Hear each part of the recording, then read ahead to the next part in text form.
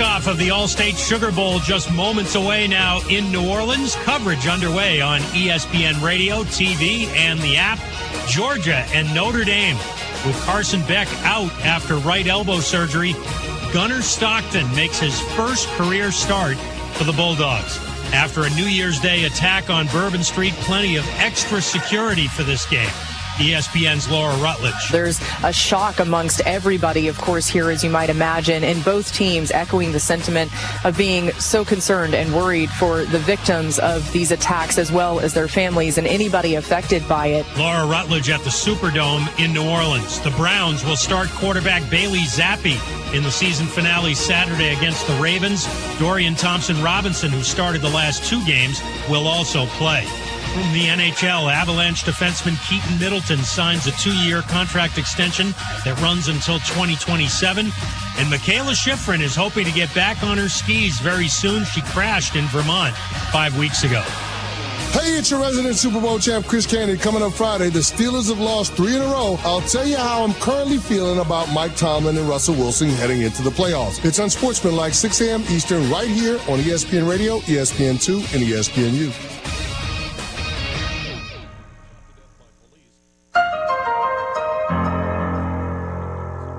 Tim, you noted what we are setting out to do here as an assignment is unpack the death of a sports town of Oakland, California. And I think that for a lot of people, Oakland over the years has become sort of a signal of what can go wrong. But at the most base level, how did Oakland come to be a sports town to begin with?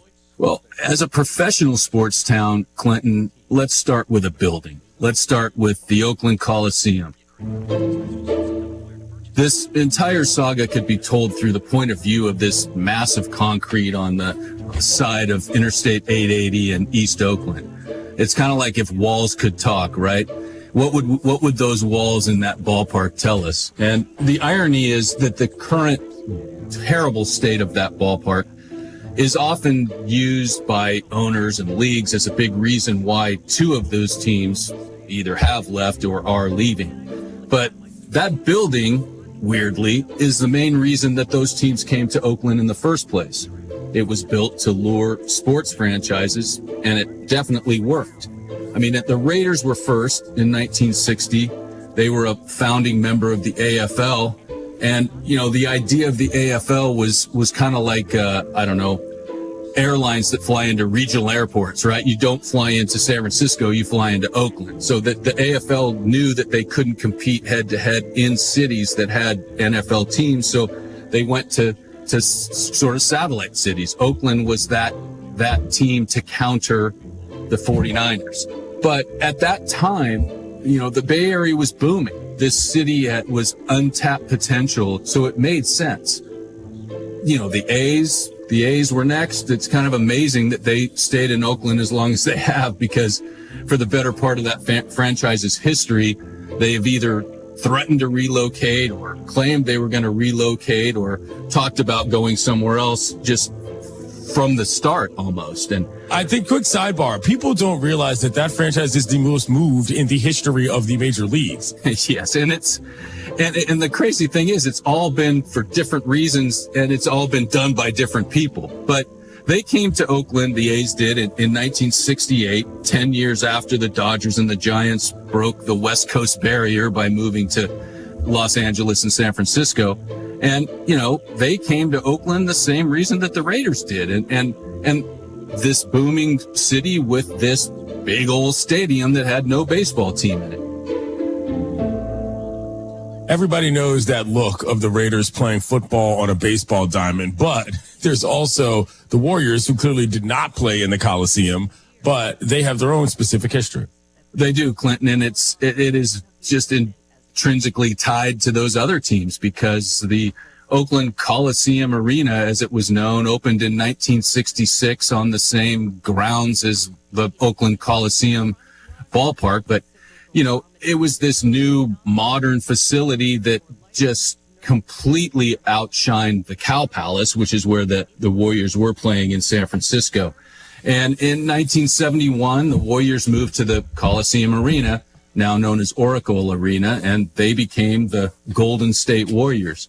So it's worth noting that we're talking about a broad scope here. We're talking about 1960 to 2024. So it's 64 years of sports history in this town. And for about 35 of them, all three teams were playing in the same complex, sharing a parking lot. And for 52 of those years, there were at least two teams in the same complex, the Coliseum complex, which if you're a media member, you walk in through the same gate to get to both places. There were times when you could go to an A's game in the afternoon and a Warriors game at night and never go outside the complex. It was like the most modern complex, perhaps in sports. And I think, as you'll see, this story is as much the story of those two buildings, that Coliseum complex, as it is the story of any of those teams. We got NFL stadiums being named after credit unions these days, and a place called the Cow Palace once existed. We used to be a proper country, Tim. Anyway, so it did. And Wilt Chamberlain roamed that Cow Palace, Clinton. Come on, where it happened. Anyway, Oakland has a place, if you haven't spent any time there or don't know anybody from there, in itself as just a municipality is worth investigating in terms of what we know about it. What did teams find so appealing about the location as well as the facilities? You ready for another ironic point here, Clinton? I am. There was a time when multi-purpose stadiums were actually state-of-the-art. That's what people wanted. Team owners, this whole process was so simple for them. You'd have a city build you a big concrete circle, put a football team and a baseball team inside it, and just go about counting your money. You know, we had Three Rivers Stadium in Pittsburgh, the Vet in Philadelphia, Fulton County in Atlanta. And compared with those, the Coliseum was a marvel for a number of reasons. One, it was a great location, and it still is a great location. It's right off the highway. It's got a BART station on site. It's right near the airport.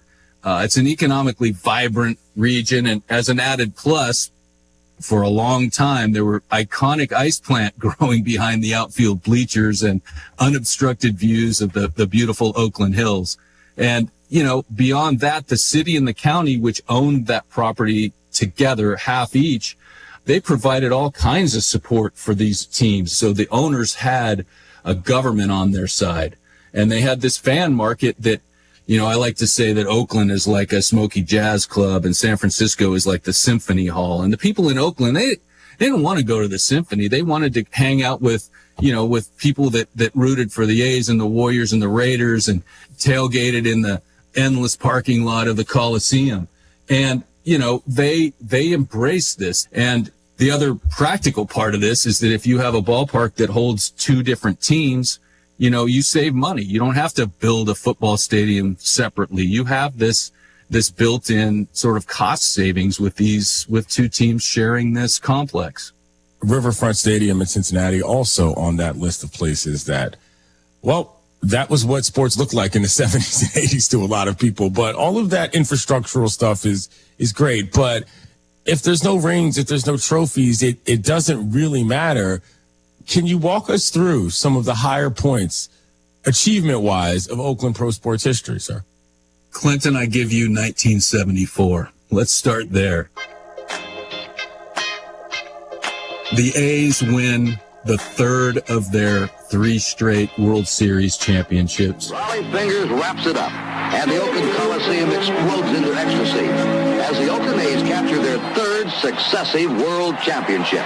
The Raiders go 12-2. They have this incredible win against the Dolphins in a divisional playoff with Clarence Davis and the Sea of Hands touchdown. Body throws. It is. He caught it. They lose to the hated Steelers in the AFC Championship game, but that just fuels them for down the line. And the Warriors in 74, 75, they win their first title in the Bay Area. He's got it. The ball game is over. The ball game is over. And Al Attles, Golden State Warriors, are champions of the world. They are the unbelievable champions. They've got Rick Barry. They've got Al Attles, who was the first African-American coach after Bill Russell, who was a player coach, to win a title. So, you know, Oakland in 1974, it was the absolute center of the sports universe. Clinton, I want to just add something here that Oakland has this reputation, well-deserved reputation as this city of rebellion. You know, they didn't take any garbage in Oakland. You know, they were people that knew what they wanted. It's a very diverse community of diverse interests and diverse people that really all seem to get along, and sports brought them together. And there were several sort of eras where the A's were kind of a glue there. Obviously that 72, 73, 74 string of World Series championships with your man Vida Blue. There's a boy in Oakland named Vida Blue. Raleigh Fingers and Catfish Hunter and to top it all off, like Reggie Jackson, you know, they had this swagger and they sometimes fought in the dugout, and they really set the tone for A's baseball. They had the white cleats, you know, and the white pants, and they did it with style, you know, and they were really embraced by the city. Then we fast forward a little bit to the Bash Brothers in the late 80s, early 90s. There's a drive to right center field. That is really hit.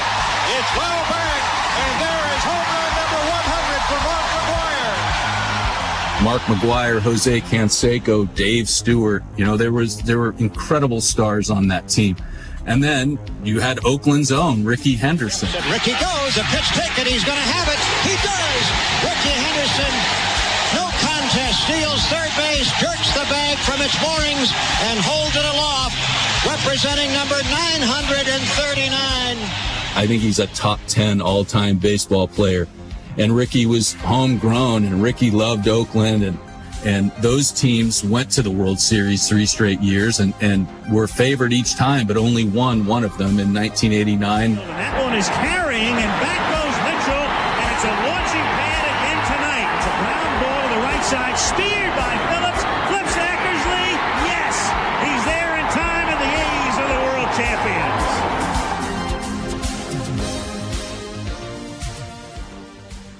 You also had sort of the Moneyball era, the early 2000s, where, you know, Billy Beane was putting together these teams out of, you know, beaks and claws that would end up, you know, winning 95 to 100 games and always losing in the playoffs. As Billy's famous line, "My shit doesn't work in the playoffs," came up about the third or fourth time that team failed.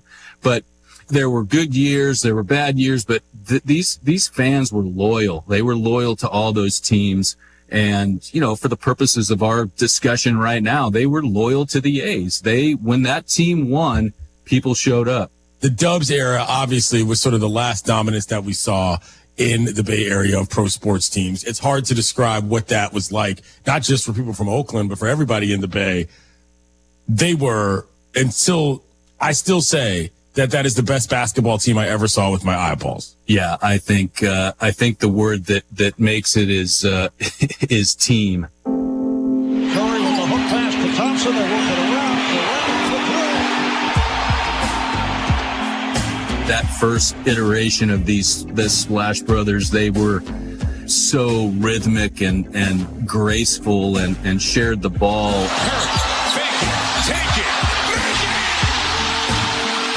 The Warriors had come out of some really bad years, you know. That was sort of an organically grown team, right? And they go on to win 3 titles in Oakland. There's a new dynasty in the NBA.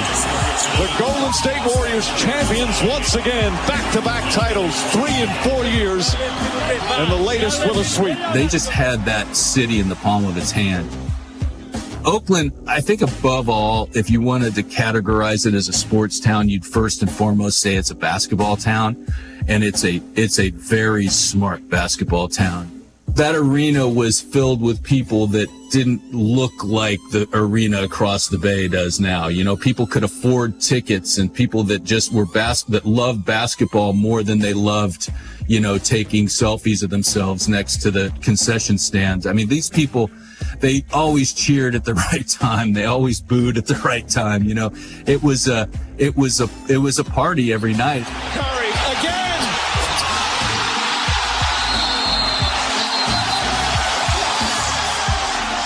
They were just waiting for a team like that. It was just, it's hard to overstate how much of a cultural phenomenon that team was in Oakland. The number of jerseys people wore and T-shirts and hats. I mean, it dwarfed anything that I can even remember in the Bay Area, and I've lived here practically my whole life. Tim, you've been there all of your life for the most part. When you look back at the timeline that brings us to present day, when did you first start to think there might be concerns about this place in terms of teams that want to stay here and whether or not they'll be able to? Well, Clinton, I think it's always been sort of a problem of perception. And I think the first person that sort of threw that perception out there and had it gain traction was Al Davis. If there's anything we've ever done that I'm particularly proud of, I would have to say that the perpetuation of the greatness of the Raiders, to take a professional football team and give it a distinct characteristic that's different from all others. Al Davis was sort of a throwback, right? I mean, he's an owner that his business was not oil or hardware or pharmaceuticals. His business was football. He owned a football team, and that's all he did after he coached. And he had this, everyone knows the just win, baby mantra. Just win, baby. Well, it permeated his entire being. Winning football games was all that mattered to him, except for the part about making money in order to be in a position to win more football games. He never lost sight of that. And as kind of a side point, I would contend that no owner and no team ever embodied the ethos of its community the way Al Davis and the Raiders did in Oakland. I just feel like he was the ultimate football rebel in this ultimate crucible of rebellion. And he was revered for that. Around the country, he might have been hated. In Oakland, he was just loved. But he grew restless in Oakland. He felt like there was more out there somewhere else. He wanted, in the late 70s, he started talking about upgrading the Coliseum and about needing this more money through suites, which was a relatively new concept. I think the first time that luxury boxes were introduced was at the Houston Astrodome, in the mid 60s. So we're just 15 or 20 years into the life of this Coliseum, and he's already sort of calling it outdated. He wanted amenities. He wanted more control. So, the city and the county, not to get too far into the weeds, but they had another tenant. We've talked about this being a multi-purpose facility. Right. Well, they had the A's for 81 dates a year and the Raiders for roughly 10. So obviously the tie was going to go to the A's. They were going to make concessions for them and not ruin a baseball stadium for Al Davis. So, to get to the point, they eventually couldn't agree, and so Al Davis just packed up and left. Well, I needed a bigger venue. I knew and I foresaw that the suites were going to be a big thing and club seats. And they promised me in L.A. at the Coliseum that they would build those for me. It's hard to see that as a huge upgrade from the Oakland Coliseum, but the fans got their first taste of this torture, right? This long, drawn-out process that ended up with them losing a team, because Davis initially tried to move in 1980, and then he spent 2 years fighting the NFL, and then he finally got the okay to leave. To be real honest, the league tried to tell me you're not going. And the minute they said you're not going, I said I am going. And we got into a tug of war, and I wasn't sure who was going to give first. But the courts ruled that I could move. I think it's worth noting that the reason Al Davis had any leverage at all considering the math of those home dates is because the Raiders were super popular. He's the guy that hired John Madden. It wasn't like Al Davis was some crazy guy. He legitimately was a visionary. So I can understand how that push and pull would have been pretty taxing on the community overall. Yeah, definitely. And, again, I want to underscore something else here, is that the long-term impact of Al Davis's decision to move the Raiders to L.A. I mean, the way he went about it, and the way he painted local government as not only uncooperative, but unwilling to give the owners what they wanted. He was the first person to do that, and he proved to be not the last one to do that. It was precedent setting, and he managed to create a perception that other owners were more than happy to promote. And because Davis actually left and Oakland lost the Raiders, initially for just 13 years, it really kind of created and cemented this unfair idea that Oakland is a bad place for big-time sports. You know, sliding doors moments, splits in the multiverse moments, whatever you want to call them, they abound here. There's so many stops along the way where a decision maker or a group of decision makers were considering one option, but ended up going with a different option. And in retrospect, almost every time, that decision made it harder and harder for the teams and the city to maintain their partnership. Can you explain how that played out? Yeah, I can. I think, it's sort of easy to see it in retrospect, right? We look back and see, okay, well, this begat that. And I think that, the fact that, Al Davis couldn't get everything he wanted in Los Angeles either, right? So in 1995, he's back in negotiations with Oakland. There was a council member, famous Oakland City Council member named Ignacio de la Fuente, who went to bat for Al Davis and essentially helped push through this plan that would bring the team back, and included building what is now known as Mount Davis, which is a monstrous third deck in the outfield of the baseball stadium that ran parallel to the football stadium. So these were good football seats and impossible baseball seats. And it changed the whole dynamic of the Coliseum.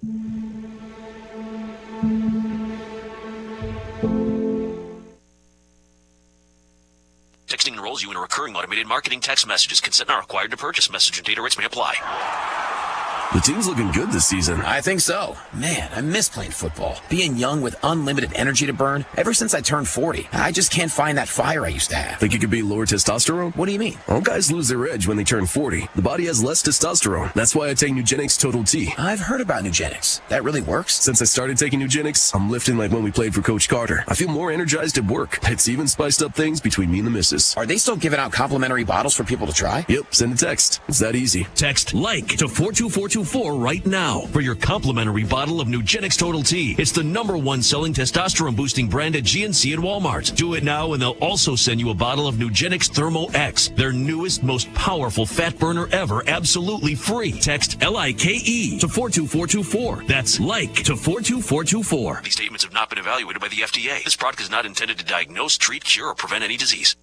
See You at Home's One Winter Night Outdoor Challenge comes our way in early February. And now is the time to get involved in this powerful opportunity for our community to learn about homelessness and build empathy for the people served, raising funds to support the mission of See You at Home. Participants can register to take part in the One Winter Night Outdoor Challenge on February 7th. As you get involved in this vital ministry, experiencing difficulties faced by homeless individuals on cold winter nights, spending the night in an outdoor tent or car or makeshift shelter, getting together a team, or serving as an individual. Events like One Winter Night are crucial in helping raise necessary funds in this life-changing, supportive event to break the cycle of homelessness and achieve long-term stability. Your participation directly contributes to these transformative outcomes. For details, visit seeyouathome.us. You're great, Tim. You're great to have on. We love what you do. You're very talented as a manager, taking care of Gelfrix and Dedicated Diesel, but I'm impressed how much energy you have for all that. Talk away. What do we got going on, man? People at Dedicated Diesel do a great job. Everybody needs to get over there and get those awesome, like new used mowers bought up and get out of there so we have rooms for some new ones. And talk to Andy there at 217-328-0562. He'll give you a great deal and get those things going. And where's that located? But that's at 1313 Triumph Drive in Urbana. We've got a wonderful crew, and at the end of the year here, I just want to thank all of our drivers, customers, and employees. We have the best guy to work for in Gail Frerichs. We're just honored to be able to wear the GFT logo and do that. 1313 Triumph Drive in Urbana. Hey, where are you headed? To Kelsey Furniture in Tuscola. What do they have there? What don't they have there? Living room furniture, benches, chests, love seats, sectionals, tables, bedroom sets, hutches, nightstands, end tables, cabinets, mirrors, stools, clocks, lamps, pillows, rugs, desks, media consoles, patio furniture, Tempur-Pedic mattresses, and more. So, everything. Yeah, probably could have just said that. Kelsey Furniture, quality for less. You've changed thousands of diapers, played hours of peekaboo and duck, duck, goose because you do anything for your kids. That's why it's so important to protect them with life insurance from State Farm. State Farm agent Kurt Lenschow will help make it easy and affordable to help you protect your family no matter what the future holds. Because for the people you do anything for, life insurance could mean everything. Call State Farm agent Kurt Lenschow in Champaign-Urbana today. Like a good neighbor, State Farm is there. Drive in, drive out. Recycling's what Max is all about. You can make some cash and do your share. We make it really simple because we care. It doesn't matter large or small. Our friendly staff will handle it all. Starting it over is what we do at Max Twin City Recycling. He is 1609 West Springfield Avenue in Champaign. Enjoy drink specials from Coors and Miller Lite, Twisted Tea, Captain Morgan, and Bullet Rye Bourbon. As we say, go Illini. Great drink specials, terrific pub food like the Slugger Burger, chicken fingers, loaded nachos, and fish on Fridays. Pia's will have a fan bus to watch the Illini. It leaves a half hour before tip-off. As you head to the State Farm Center, get dropped off and picked up in the Front Circle Drive off 1st Street. Pia's 1609 West Springfield Avenue in Champaign. People.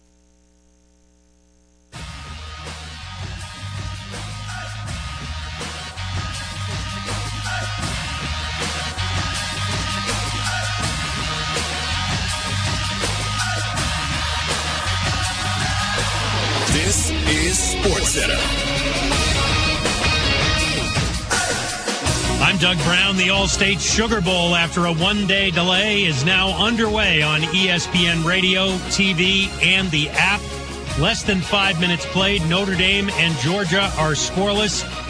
Both offenses actually went backwards in their first possession of this game.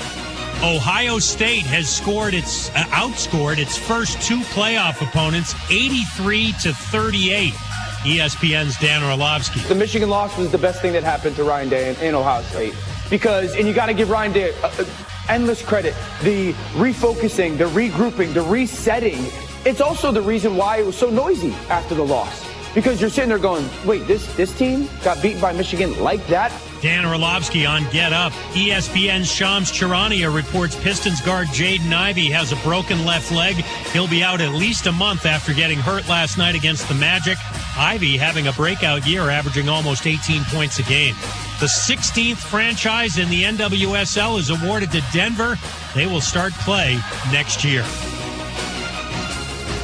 Hey, it's your resident Super Bowl champ, Chris Canty, coming up Friday. Lions and Vikings, I'll tell you why this game won't only impact the season, but the future seasons to come. It's Unsportsmanlike, 6 a.m. Eastern, right here on ESPN Radio, ESPN2, and ESPNU.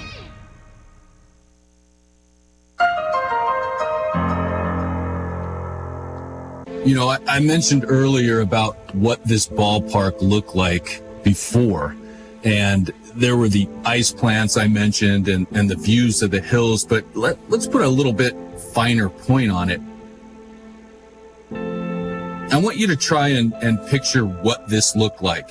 So you would come out of this vast parking lot, you'd walk through the gates to the stadium into this massive concrete building. But what would play out before you was, first of all, the greenest of grasses, right? The contrast with all this gray concrete and this green grass that was always just meticulously maintained, even before that became the norm in Major League Baseball. But you'd have that, and then you'd look out towards center field and you'd see this semicircle essentially of ice plant and purple and red and yellow flowers popping out. And then beyond that, you would look out and you would see the purple hills of Oakland in the background. you had this ballpark situated in such a place that it was really something. It was one of the better views and venues in major professional sports at that time, before there were waterfront ballparks and all that. This was a great place to watch a game.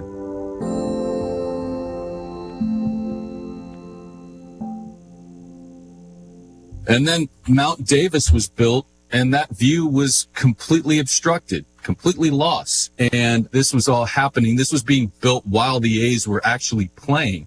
And so they were like actively destroying a baseball park while there was a game being played, day after day. Remember, this was one of the sticking points for 13, 15, almost 2 decades earlier, when the city and the county let the Raiders leave.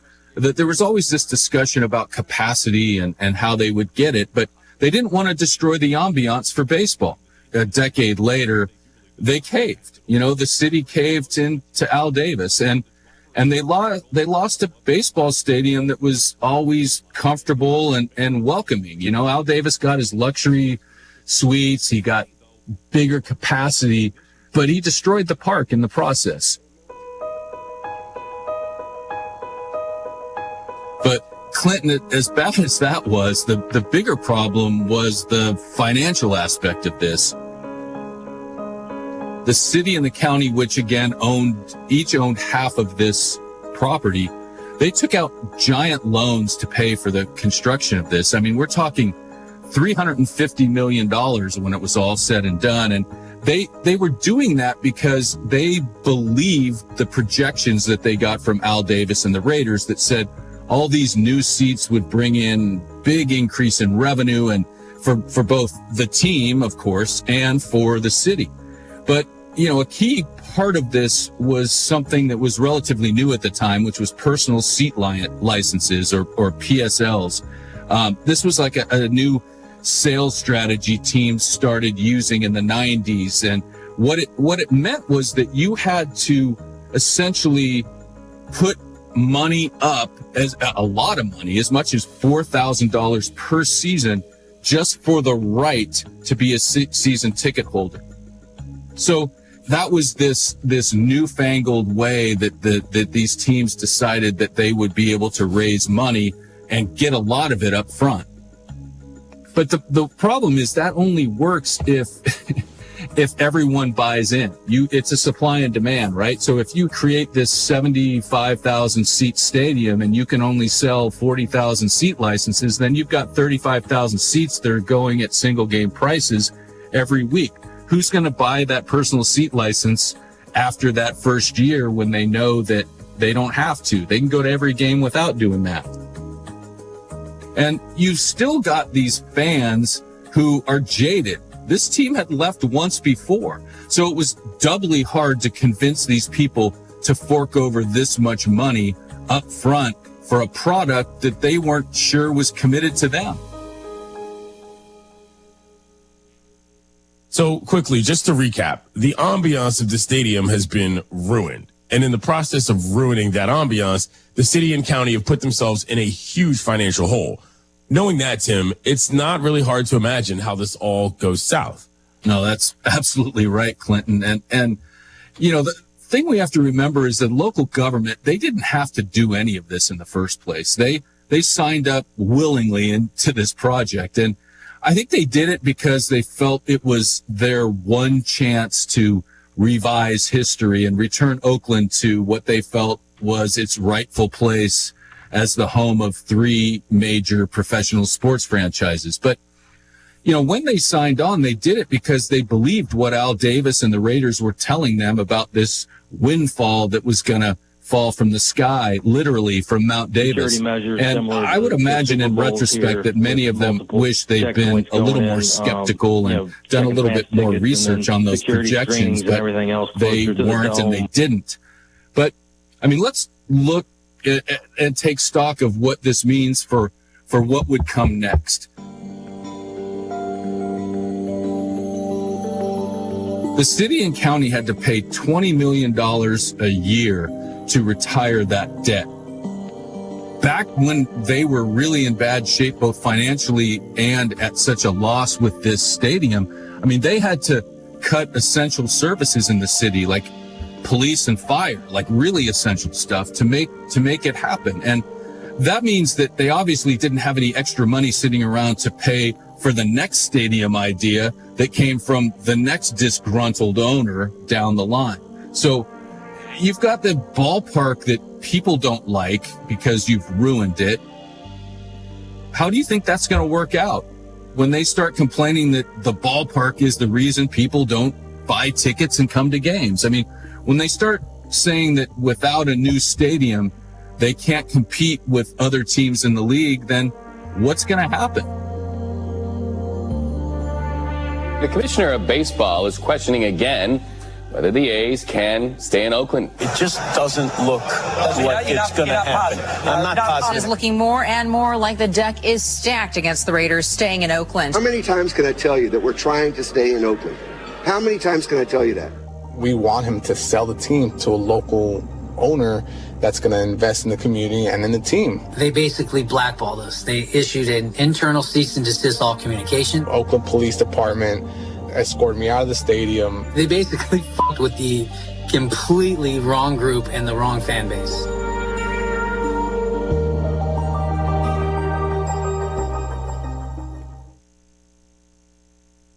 Did you know your skin is the largest organ of your body? Huh? That's why you should shower with Old Spice Super Hydration Body Wash instead of plain old bar soap. Love your skin by super hydrating it with vitamin B3 and glorious notes of vanilla and shea. Did you know that my super hydrated skin is the second largest organ of my body?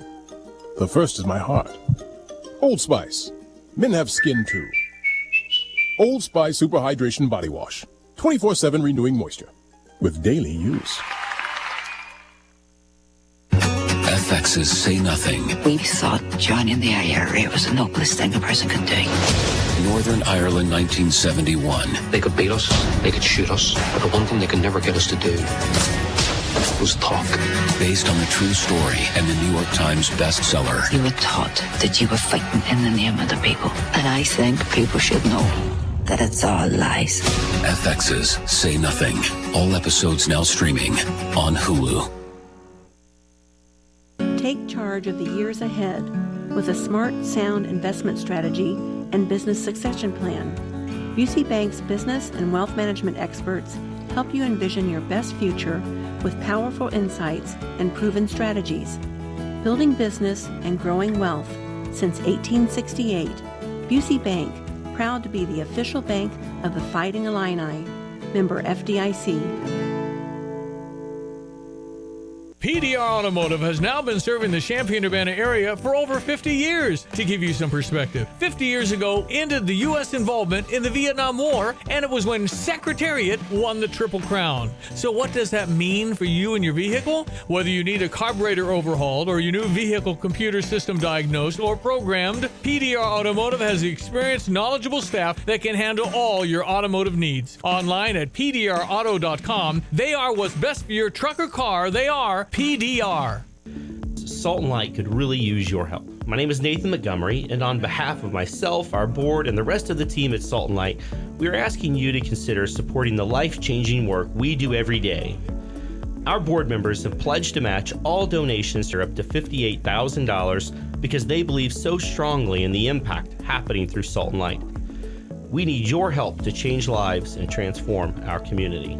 From creating meaningful opportunities for people to acquire the food, clothing, and basic needs they have, to working with people towards full-time, self-sustaining employment. We believe every person was born with skills, gifts, and abilities, and we want to help them realize the fullness of who it is God has created them to be. If you're able to give, check out our website at saltandlightministry.org for lots of options and ways to give. For ways to get involved, visit our website at saltandlightministry.org. We need your help to change lives and transform our community. So when was the last time you saw a best deal guarantee? You mean a promise that actually held up? Right. That some unknown online entity didn't want you to log in and download a code and then re-verify as you join some club. Drives you nuts, I know. And then once you purchase that set of steak knives... Well, Dick Van Dyke Appliance World is a lot simpler. You find a verified great deal and they beat it. Just show them the deal you saw.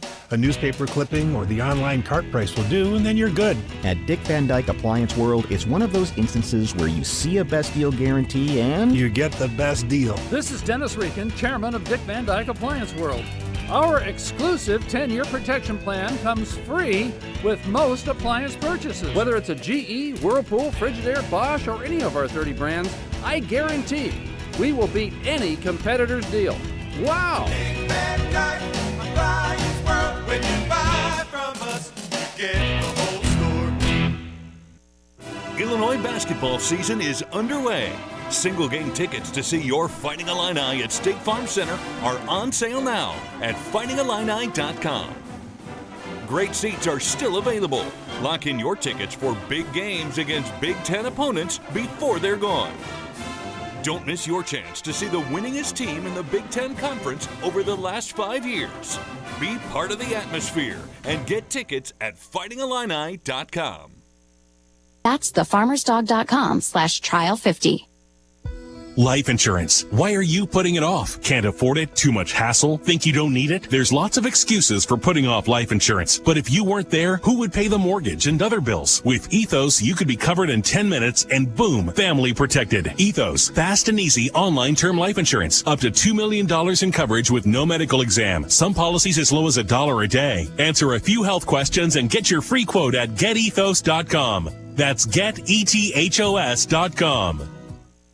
Getting quality employees to fill positions in your company is essential, but finding those people can be a major hassle, unless you use ZipRecruiter. ZipRecruiter makes finding quality people a breeze. And right now you can try it for free at ZipRecruiter.com/free. With ZipRecruiter, one click sends your job to hundreds of top job sites. But more than that, ZipRecruiter's advanced technology identifies the candidates with the skills you need, sends you a list of great matches to review, then actively invites them to apply for your job. And the results speak for themselves. 4 out of 5 employers who post on ZipRecruiter get a quality candidate within the first day. That's right, the first day. Now you can focus on your business and let ZipRecruiter do the work finding the best people for you. See for yourself. Experience the ease, efficiency, and power of ZipRecruiter for free. Just go to ZipRecruiter.com/free. That's ZipRecruiter.com/free. ZipRecruiter.com/free.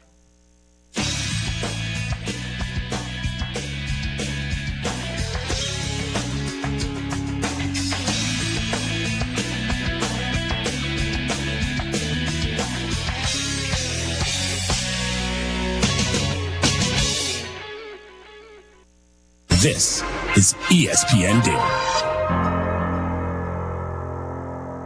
Tim Kewen, we are now kicking off part 2 of our story on the death of Oakland as a big-time sports town. Can you recap for the folks where we left off last week? Yeah, sure, Clinton. I think last week we left off by explaining how the Raiders returned to the city in 1995 after a 13-year run in Los Angeles proved to be a fateful decision with many dominoes in its path. I think the circumstances around that return, mostly the addition of a new deck at the Coliseum, it ruined the atmosphere of that stadium. The A's were definitely not happy about this, quote, new and improved stadium, and the projected financial windfall that the Raiders promised and that the city hoped for never materialized. And it all set the stage for this decades-long drama between the Oakland teams and the city. And that drama will be the scope of our conversation today. Mount Davis is, I believe, the term that you used, which I always found fascinating. But, you know, even though so much of this discussion is focused on the A's and the Raiders as they played in the same place, they weren't the first team to leave. That goes to the Warriors, the one that wasn't playing in that stadium. So if it wasn't complaints about the facility that pushed the Dubs out, why did they choose to make this move? Well, as we talked about last week, the Warriors had this incredible home court advantage at Oracle Arena. I mean, most people felt it was the best in the league. When they left, they were on a run of 342 consecutive sellouts. Oof. And those weren't all good teams in those 342 games. They sold out that place. It was rocking. They called it Roracle. So you could make money in Oracle Arena and in Oakland. But in 2011, a man named Joe Lacob bought the team with a Hollywood producer named Peter Guber. Lacob was a peninsula guy, which is south of San Francisco in the wealthy suburbs that, encompass Silicon Valley.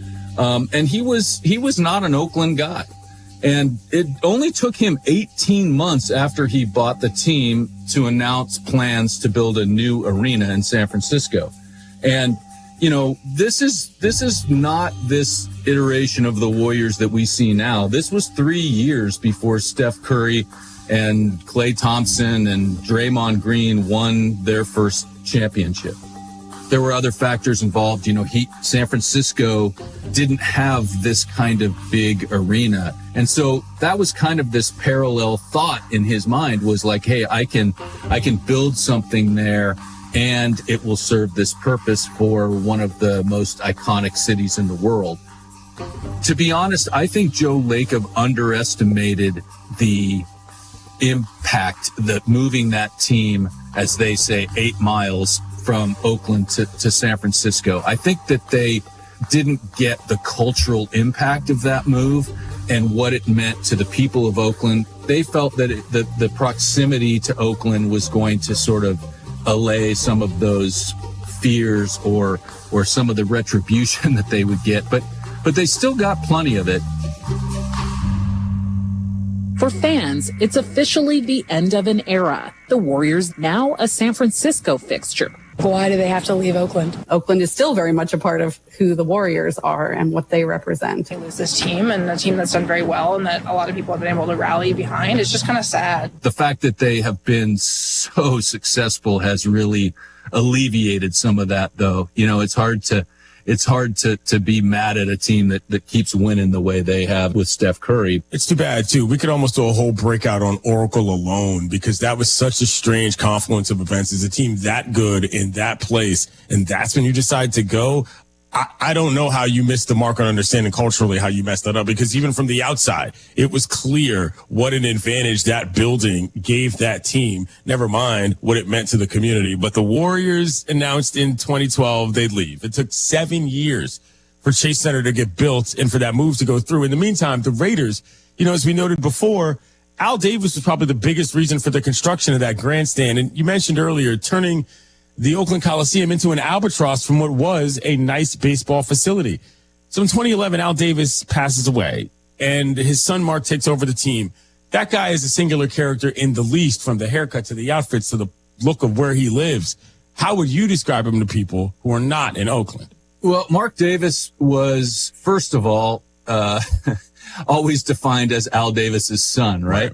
And somebody told me, like, hey, what would you feel like if you were in your 50s, you'd never held a job, and yet your father dies and someone hands you $1 billion business and says, here, make it work. That was the Mark Davis. I mean, Mark Davis had, the funny haircut. He ate at P.F. Chang's in Walnut Creek every day. He drove a minivan with a personalized Raiders license plate. I mean, there's always this perception of him and his family as being, a little bit of a carpetbagger, right? Like they didn't ever have both feet, to coin a phrase or steal a phrase, rooted in Oakland. They were always looking for something better, somewhere else that could further the Raider brand. And, there's a sentiment probably with some validity to it that the NFL kind of took Mark by the hand and led him to Vegas. They did a lot to really make that move happen. They wanted Vegas. Goodell wanted Vegas. And, this was if Oakland was the problem, then Vegas turned out to be the solution. NFL owners, of course, yesterday voted to move the Oakland Raiders out of the Bay Area and to Las Vegas. And emotions have been ranging from indifference to anger. I could cry right now. I feel helpless. It's heartbreaking. We're done, man. we're done. We're not going to follow you guys to Vegas. This is it. You guys did us dirty on this one, okay, because you took the money and ran. You took the money and ran when there was a... So that was how two of these three teams came to leave Oakland. You know, the fans weren't happy about it. The two ownership groups, they had a plan that was lined up. Firm commitments, financing, ready to go and build new stadiums in other cities. The A's, on the other hand, that's a different story. Where would you start that tale, Tim?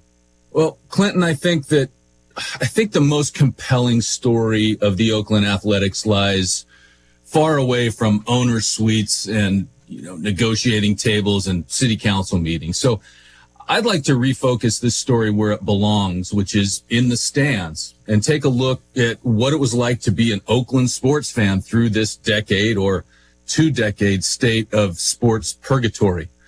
And, through reporting this out, I spoke to many fans. I've known a lot of them for a while. And, there's one guy that I spent a lot of time with whose personal story really mirrors the story of the A's quest to get a new ballpark built in Oakland. And this is a man by the name of Jorge Leon. Jorge's been an A's fan as long as he can remember, and he's lived with this sense of impending doom, this cloud of relocation hanging over the A's going back to his formative years. I wrote a paper in high school in 1998 to try and keep the A's in Oakland in 1998. So it's always been in the back of my head where, like, if the A's were always going to the playoffs, I would tell my friends or my family, like, that's good, but I'd rather them stay in Oakland. And Jorge has kind of always had an activist streak in him, which would become a key inspiration for the path he eventually chose to walk here when it came to his fandom for his local teams. Oaklander, for some reason, is born with these roots of activism. You look at the Black Panther movement, the Brown Berets. I mean, everything that sparks anything in the nation. In high school, I led a lot of walkouts because of the war in Iraq, and everyone says, well, why are you doing it? They don't listen to you or whatever. I tell them, like, hey, I'd rather do something than just sit on my ass and not do anything at all. When did that propensity towards activism intersect with him actually being an A's fan?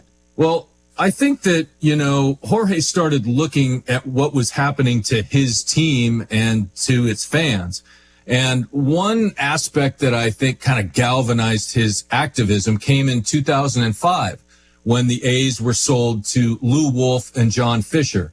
And Lou Wolf was a local real estate developer, and he actually ran the team for many years as the managing partner. But John Fisher has always been the bigger stakeholder. And Fisher's money came from his family. His parents founded the Gap clothing store. So he's not that much different from Mark Davis in the way that he came about his wealth. But once Wolf and Fisher took over, that's when talk of moving kicked into higher gear. That was when Jorge sort of began to find his true calling. The day I realized that was probably when they were trying to move to San Jose. Spring training is only 2 weeks away, and the Oakland A's are still fighting for the right to move down to San Jose. And now the city of San Jose is suing to allow the A's to relocate there. The sign that I put up was Lou Wolf lied, he never tried. So this is a sign that Jorge brought to the ballpark and was waving around in the stands for everyone to see. And the sentiment he was expressing was clear. Wolf had said all the right things about staying in Oakland when he bought the team and in the first year that he owned it, but behind the scenes, he was working to get something better somewhere else. But then when I put Lou Wolf lied, he never tried, is when I started getting scrutinized more by security. And they made me take it down. They made the Oakland Police Department kind of escort me out of the stadium. And at that time, the city attorney put out a letter saying that you cannot use city police officers to escort fans out for expressing the freedom of speech. And I think that kind of took off from there. I was like, oh, that's how you get attention, right? That's when I was like, okay, you know what? I'm going to start hanging signs until I push the button, and they're going to look bad. Tim, let's step back for a minute before we get too much further, because the where is this team going to play question is a long and winding road. And I gather that the frustrations of this process are what motivated Jorge to get on his soapbox, but just how many different cycles of stadium proposals and speculations has he and everyone in Oakland had to live through? So we'll keep this to the modern era of the Lou Wolf, John Fisher ownership. First, it was San Jose, which they had an actual sponsorship agreement in place for a non-existent stadium until the Giants stepped in and said, hey, hold on, that's our territorial rights. You can't have San Jose, because when we agreed to stay in 1992, the commissioner's office gave us San Jose as part of our market. The next one was Fremont, which is a suburb south of Oakland, that never really gained any traction. They said they were going to move to near Lake Merritt, beautiful site on a property owned by Laney Community College. The problem was they forgot or failed to contact Laney Community College in advance to say, hey, what do you think about putting a 35,000 seat ballpark on your property? Laney College didn't want that.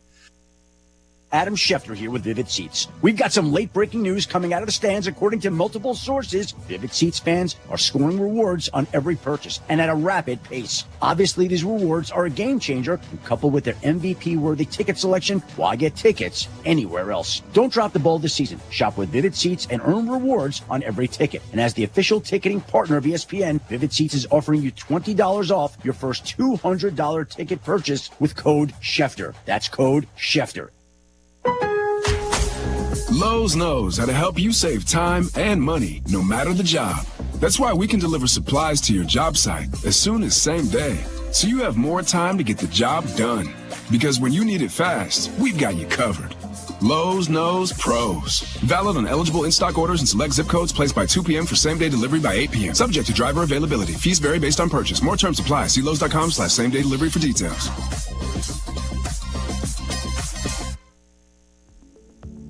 In 1925, a small plumbing company began its journey in Urbana, Illinois. Over the decades, the business grew thanks to hard work and great people. In 1966, things changed when Dave Reichard, a veteran, met veteran Ken Asklin, who was an architectural engineering grad from Illinois. The two realized their shared vision for excellence. Their partnership took root, and in 1975, the name changed to A&R Mechanical. With Dave as president and Ken as vice president, A&R Mechanical expanded services, becoming the go-to full-service contractor for all of Central Illinois. A&R went from a plumbing-only contractor to a full-service mechanical contractor with their own sheet metal shop. Today, A&R is a plumbing, heating, ventilation service company with the same excellence in customer service as they provided nearly 100 years ago. Design, build, and maintain. That's what served A&R Mechanical for nearly 100 years. Find them at Lincoln and Kettering in Urbana or online at ar-mech.com. And what are your hopes in the first part of 2025 for Gale Frericks Trucking?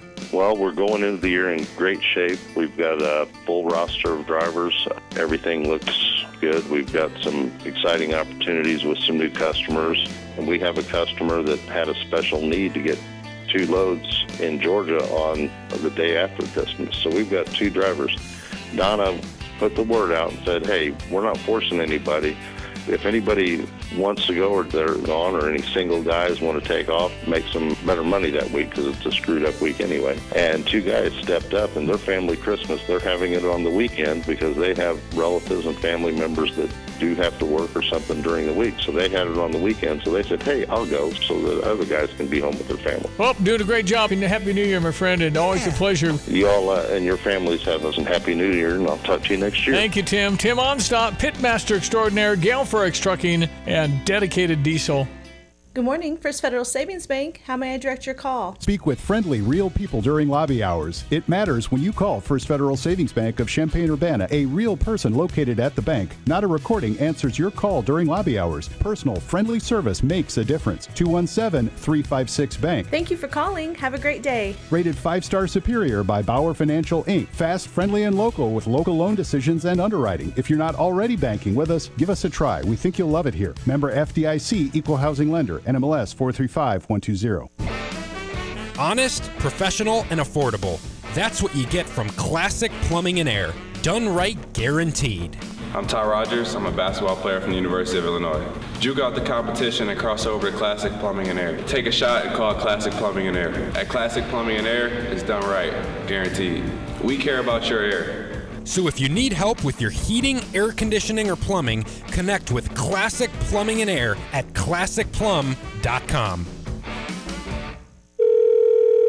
Thank you for choosing 2 Men in a Truck. How may I help you? Hi, I have a strange question. I'm moving my business. Can we stay open while we're moving? That's not strange at all. With over 10 million moves completed, we understand that moving your business can be a daunting task. We offer a range of services that help keep your business running during the relocation process. We can help you pack, move, and unpack so you can focus on what matters most, your business. Not sure how your move is going to work? Go to 2meninatruck.com for your free estimate. Yard field goal for the Bulldogs.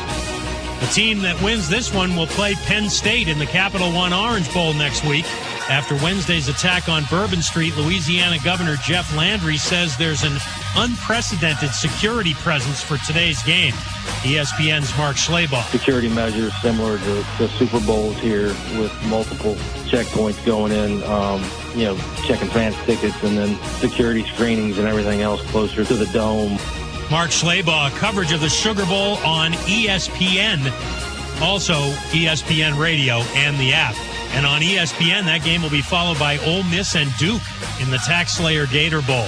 After 2 years starting for Alabama, quarterback Jalen Milroe will enter the NFL Draft. Hey, it's your resident Super Bowl champ, Chris Candy. Coming up Friday, the Steelers have lost 3 in a row. I'll tell you how I'm currently feeling about Mike Tomlin and Russell Wilson heading into the playoffs. It's Unsportsmanlike, 6 a.m. Eastern, right here on ESPN Radio, ESPN2, and ESPNU.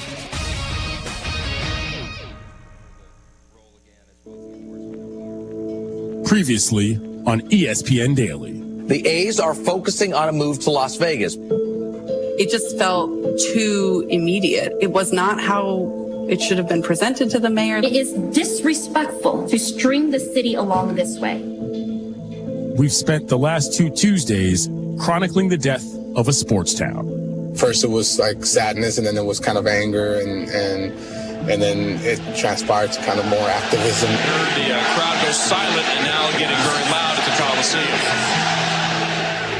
Next Thursday, the Athletics will play their final game in Oakland, the culmination of decades of mismanagement and misfortune that have seen the town lose its 3 biggest pro sports teams over a 5-year span. They waited in the hotel lobby to confront John Fisher. At one point he said, this has been harder for me than it has for you, believe me. And I just, at the moment, I couldn't believe he said that. I was like, wow. So if you missed it, I encourage you to scroll back in the feed and give those episodes a listen.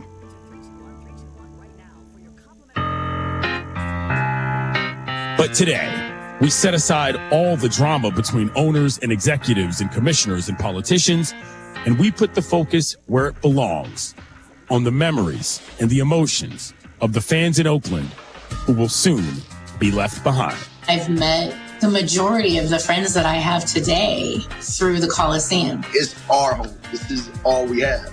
There's nothing I could say to that man that could ever change his mind or his feelings about what he's done. I'm Clinton Yates. This is ESPN Daily.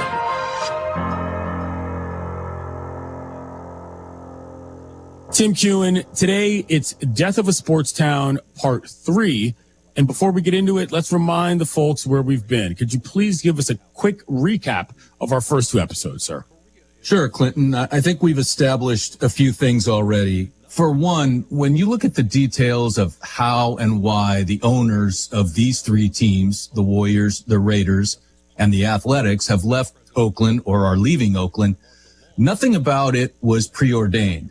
Certainly there were plenty of hurdles to overcome, and getting new stadiums built wasn't going to happen quickly or easily. But despite what might have been said by certain owners and their leagues over the years, avenues existed for all of these teams to stay. They could have made this happen had they really wanted to. But in the last episode, we spent a lot of time hearing the story of one fan, Jorge Leon, who led a protest movement and ultimately a pretty successful PR campaign against the A's and owner John Fisher. And those fan sentiments, that's where we wanted to pick things up today. There are real people and real communities behind all of these stories. But Tim, you've been on this for years, and you've made a point to keep the fan perspective as part of all of your reporting. You've gotten to know a lot of people pretty well. Who do you want to tell us about first? Well, you're right, Clinton. I've had conversations over the years, and especially over the last year and a half, and speaking to these fans about their memories of Oakland sports and what the teams meant to them and still mean to them. I mean, there's plenty about it that's fairly typical, right? It's like the average sports fan in Atlanta could have the same stories, and, you know, Boston, St. Louis, whatever. But I do want to take some time here to dwell on some of that, because, you know, for the past several years, when it comes to the perception of Oakland on the national level, those kinds of stories, they aren't at the forefront of the conversations. The news developments have all been focused on what the future holds. Those stories kind of, they drown out any real fan experience in Oakland. And I think it's central to what we're talking about. And, you know, the person I want to start with today is a colleague of ours, Mark Spears. How much time you got? I mean, are you guys already taping? Yeah, I started rolling. So no, he covers the NBA for us, but he's a Bay Area native, and until recently, a dedicated fan of Oakland teams himself. And, you know, for him, that Oakland fandom really started with the A's. And my mom would get me a round trip ticket on BART, and I got a hot dog, chips, soda, and some sunflower seeds, and that's what held me for the day. I was in love with Ricky Henderson, and I used to try to steal bases like him. And easy stolen base. Ricky Henderson is in there with another steal, his third of the night. Jumping head first with my hands out. Just Ricky Henderson was that dude, man. He was that guy. He was everything to me as a kid. Ricky was Mark's first sort of guy, you know, but in talking to him, most of his real deep memories of Oakland sports centered on the Raiders. I have a cousin that lives in Antioch, which is pretty far from Oakland. We had tickets in the Black Hole. That was where we got to bond during the season. This Black Hole was a most unique fan experience. Raider Nation has a special relationship with its team, and the heart of that relationship sits at the end zone, known as the Black Hole. A very unfriendly looking place where everybody was friends. If that's sort of a paradox, so be it. One of the most vocal and intimidating fan groups in the NFL. All the fans wore black. It was a rule. And most of them wore costumes, crazy, elaborate costumes. It was like a huge party, only that it's silver and black. There was a guy that went by the Violator who wore a full football uniform with pads, and he had 3 spikes on each shoulder. Everybody's probably seen him on TV. Sitting in the Black Hole, man, it was the coolest thing, even as bad as the team was. Like, yeah, I would be mad after the game, but I don't know that I'll ever be in an environment that recreates how cool that was. The Black Hole is home to one of the greatest characters, Darth Vader. I mean, come on. I'm a huge Star Wars guy. That was forever one of the most impressive things I've ever seen and continue to see to this day. Yeah, they thought of everything. And beyond the Black Hole itself, I think just the general ambiance of a Raider game at the Coliseum sticks with him. For the football games in Oakland, man, nobody had a tailgate like that. That was a big party, man. Nobody. Food was equally amazing, but the music, the dancing, the fun, the black and silver all over the place. And it always cracked me up how intimidated opposing fans would be. You're listening to WXJK ESPN 93.5 Tuscaloosa. I know my man Marcus spent a lot of time, Tim, talking to plenty of sports stars with Oakland roots. This is why we turn to a guy like him. He's so well connected. So over the years, what kind of things has he heard guys say about the decline of pro sports in Oaktown? Mark shared a wise prediction made by Oakland basketball legend Gary Payton Sr. One year, Mark was all excited about the Raiders making the playoffs. I was at a Warriors game. Gary was there. the football team, you notice I don't say their name. The football team makes it to the playoffs. And I went up to Gary, like, excited about it, asking him if he was going to go. And he goes, man, I'm a Niners fan now. I ain't following them chumps no more. He said they moved on me one time and I was done, and they're going to move on you again. I always remember that he said that they're going to move on you again. They're going to break your heart again. And he was right. Anytime I see that logo from that silver and black logo, it was something I'll never know. I don't know too many things that I love so much that I hate so much now. That's a great way to put it. Like, it pains me every time I see that logo, especially like every time I drive past the Oakland Coliseum area, man. It's almost like I'm driving past a cemetery because there's just so many beautiful memories buried there. You know, that reminds me of the time that my dad would told me about how the Washington Senators left D.C. in baseball twice, and therefore he never expected them to get another team because they just wouldn't start another one there, but they would expand. It did happen. So there is hope on some level. That's just me being a little bit of a bleeding heart. But who else did you talk to, Tim? Who else should we get to know in this town? Well, let's maybe we take a trip into the stands, Clinton, and let's start with Brian Johansson. He's a longtime A's fan whose devotion to this team managed to take on more and more layers as the years wore on. I grew up in the era of the shadow of the Billy Ball era and then the birth of the Bash Brothers era. And there's a drive to center. Back goes Shelby to the wall. It is gone. Grand slam home run for Jose Canseco. And look where he hit it. And this was an era of rebirth for the A's franchise. You know, Jose Canseco and Mark McGwire show up with this eye-popping power. They ride that power to stardom. High drive up the alley in left center field, and this one is going to be gone.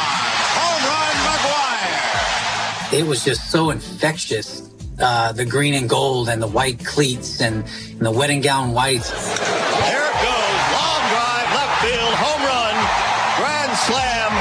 Oakland wins 6-2. It was like you were going to an NFL game. Like, have you ever been to a Monday night, Sunday night game? Like, man, that's what it was like going to an A's game. There's a drive to left field. It's hit deep. It is gone. Holy Toledo. Has anyone ever done that? Ricky Henderson has homered to open the A's first inning for the second time. You had Ricky Henderson, Canseco walking around. These guys were larger than life. They were literally like NFL players stuck on an MLB team. And like, nobody ever questioned the city. Nobody ever questioned the A's or anything. They were phenomenal.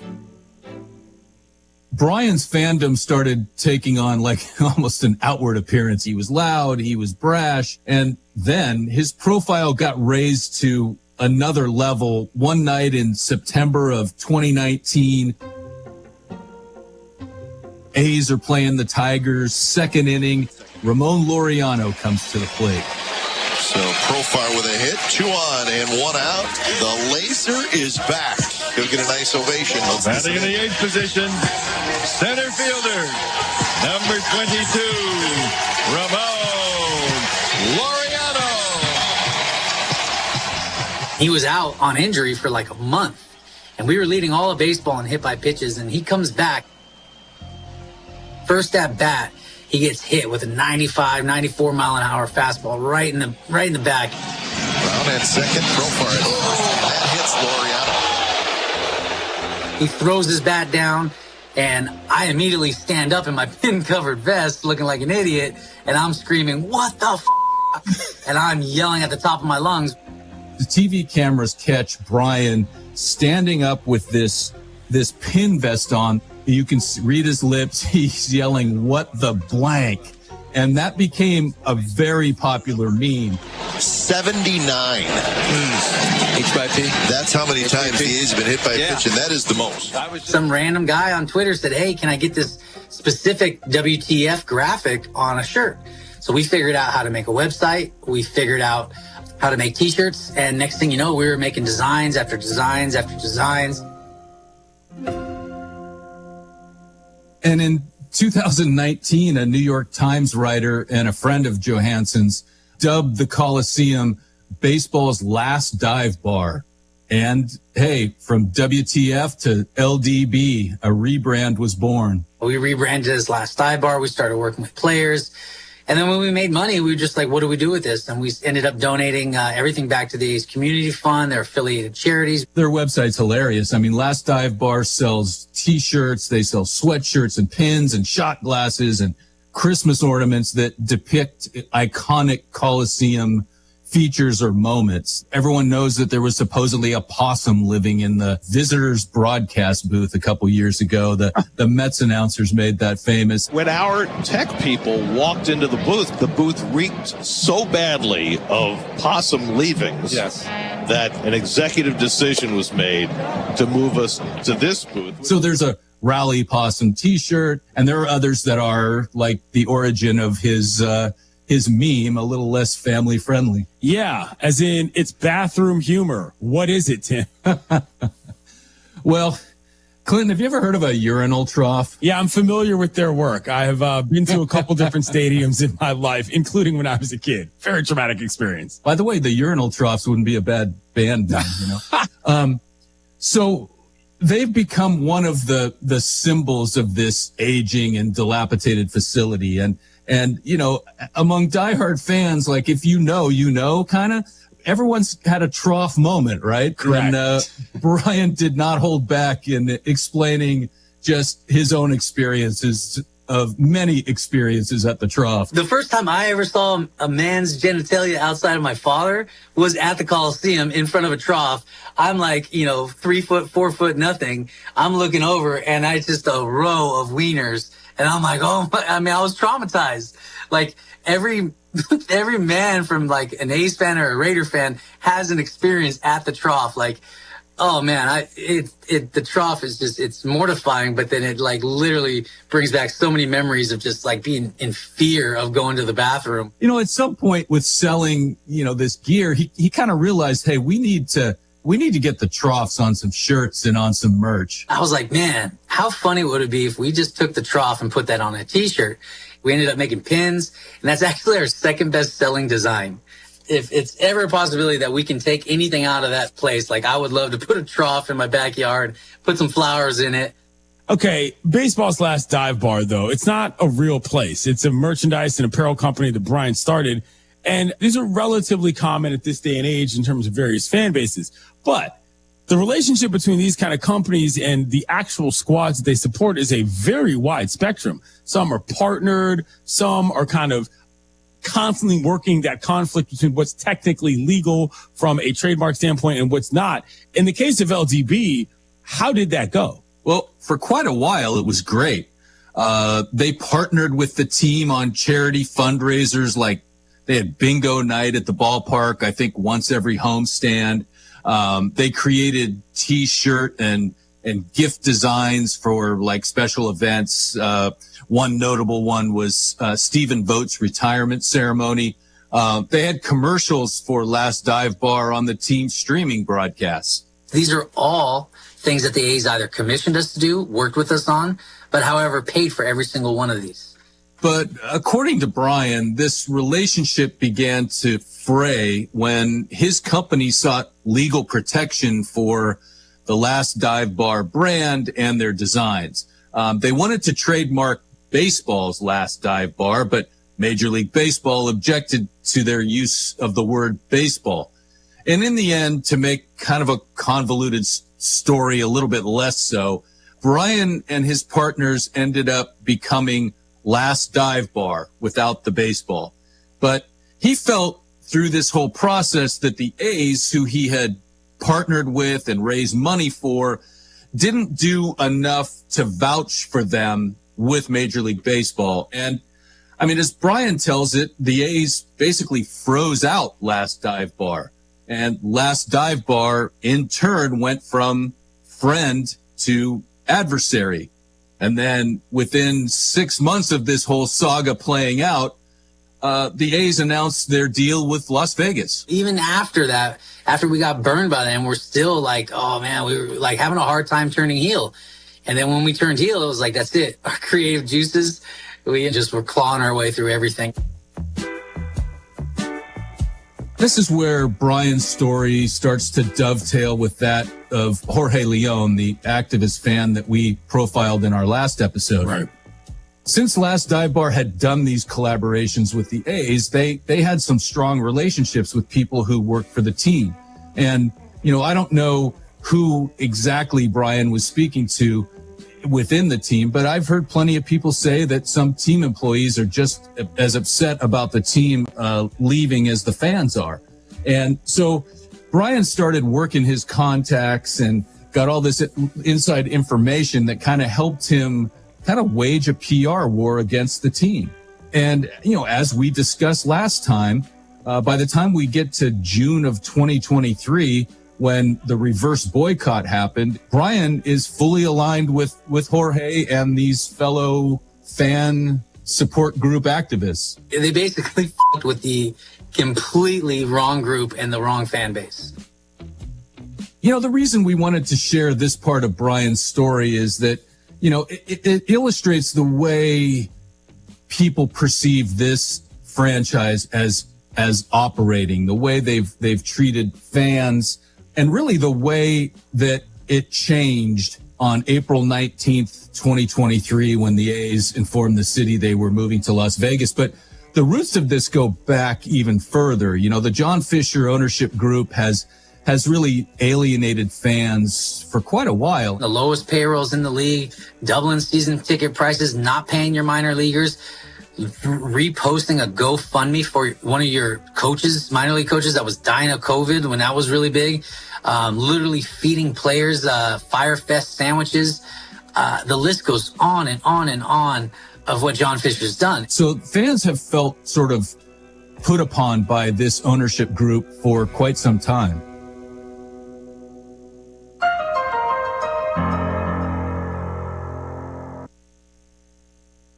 Texting enrolls you in recurring automated marketing text messages. Consent not required to purchase. Message and data rates may apply.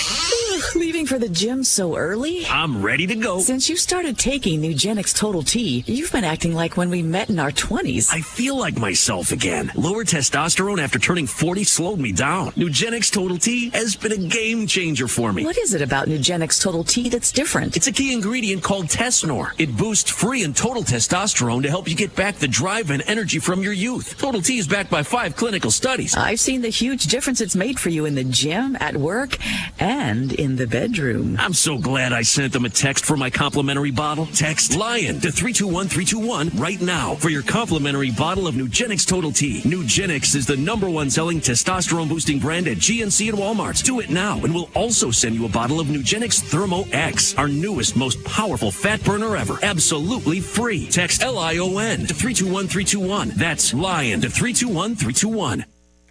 And what are your hopes in the first part of 2025 from Gale Frerichs Trucking? Well, we're going into the year in great shape. We've got a full roster of drivers. Everything looks good. We've got some exciting opportunities with some new customers. And we have a customer that had a special need to get 2 loads in Georgia on the day after Christmas. So we've got 2 drivers. Donna put the word out and said, hey, we're not forcing anybody. If anybody wants to go or they're gone or any single guys want to take off, make some better money that week because it's a screwed up week anyway. And 2 guys stepped up and their family Christmas, they're having it on the weekend because they have relatives and family members that do have to work or something during the week. So they had it on the weekend. So they said, hey, I'll go so the other guys can be home with their family. Well, doing a great job. And Happy New Year, my friend, and always a pleasure. You all and your families have a Happy New Year, and I'll talk to you next year. Thank you, Tim. Tim Onstop, Pitmaster Extraordinaire, Gale Frerichs Trucking, and Dedicated Diesel. You have money laying all around your house. You just don't know it. And no, I don't mean selling your great-grandma's good china. I mean all the old metal items you don't want to use or get rid of. Don't pay someone to haul it away. Bring it into Max Twin City Recycling and get paid to have it taken off your hands. They love new customers and are more than willing to walk you through their process step by step. Come check them out at 2808 North Lincoln Avenue in Urbana. Starting it over is what we do at Max Twin City Recycling. So when was the last time you saw a best deal guarantee? You mean a promise that actually held up? Right. That some unknown online entity didn't want you to log in and download a code and then re-verify as you join some club. Drives you nuts, I know. And then once you purchase that set of steak knives... Well, Dick Van Dyke Appliance World is a lot simpler. You find a verified great deal and they beat it. Just show them the deal you saw. A newspaper clipping or the online cart price will do, and then you're good. At Dick Van Dyke Appliance World, it's one of those instances where you see a best deal guarantee and... you get the best deal. This is Dennis Rieken, chairman of Dick Van Dyke Appliance World. Our exclusive 10-year protection plan comes free with most appliance purchases. Whether it's a GE, Whirlpool, Frigidaire, Bosch, or any of our 30 brands, I guarantee we will beat any competitor's deal. Wow! Dick Van Dyke Appliance World. When you buy from us, you get the whole store. Illinois basketball season is underway. Single game tickets to see your Fighting Illini at State Farm Center are on sale now at fightingillini.com. Great seats are still available. Lock in your tickets for big games against Big Ten opponents before they're gone. Don't miss your chance to see the winningest team in the Big Ten Conference over the last 5 years. Be part of the atmosphere and get tickets at fightingillini.com. Salt and Light could really use your help. My name is Nathan Montgomery, and on behalf of myself, our board, and the rest of the team at Salt and Light, we are asking you to consider supporting the life-changing work we do every day.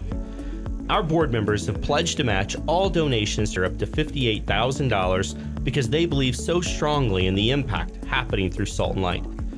We need your help to change lives and transform our community. From creating meaningful opportunities for people to acquire the food, clothing, and basic needs they have, to working with people towards full-time, self-sustaining employment. We believe every person was born with skills, gifts, and abilities, and we want to help them realize the fullness of who it is God has created them to be.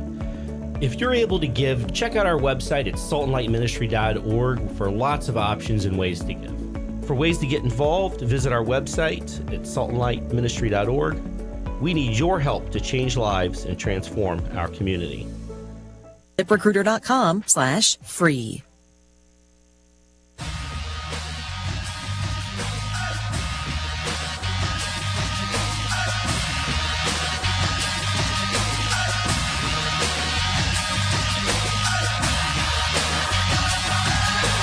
This is SportsCenter. I'm Doug Brown. 2 minutes to go in the first half at the All-State Sugar Bowl. Notre Dame and Georgia tied at 3. The game available right now on ESPN Radio, TV, and the app. After a New Year's Day attack on Bourbon Street in New Orleans, plenty of extra security for this game.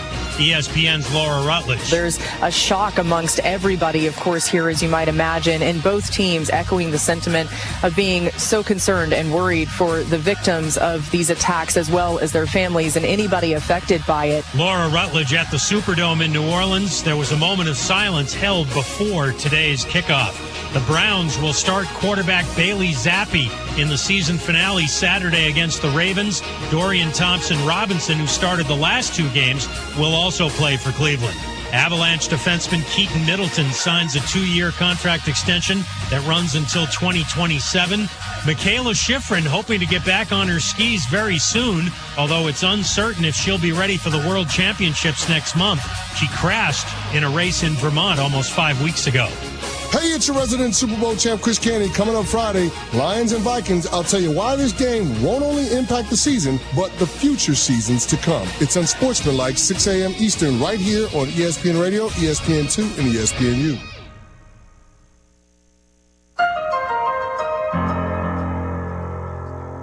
The pandemic was an ideal time for them to make the moves that they wanted to make. They took advantage of that situation. That's Jenny LaMarche. She's a 24-year season ticket holder with the A's. She's known as Left Field Jenny. She told me that she noticed a real marked shift in the team's approach to how it treated its fans after the pandemic. In 2019, everything was rainbows and butterflies and great.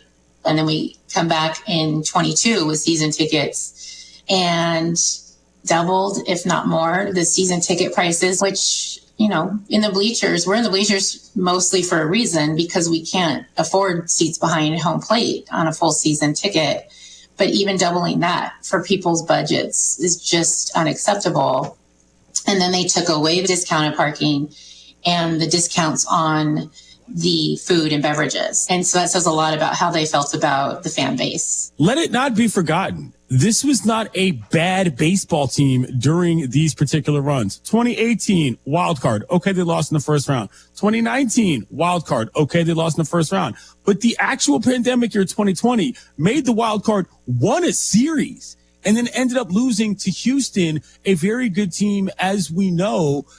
It wasn't like this was just happening in a vacuum. There were good, solid baseball teams at the time, Tim. They were. I mean, they made the playoffs, I believe it was 10 times in the 2000s. And they always did it on the cheap, but they did it. I just can't imagine how heartbreaking that is, though, coming out of a 2020 season where the world is stopped. Finally, the baseball finally gets you a playoff win, and then you decide to turn things around from a fan experience standpoint. Yeah, exactly. All the stars were gone by then. Catcher Sean Murphy, first baseman Matt Olson, Matt Chapman at third base. The roster was gutted.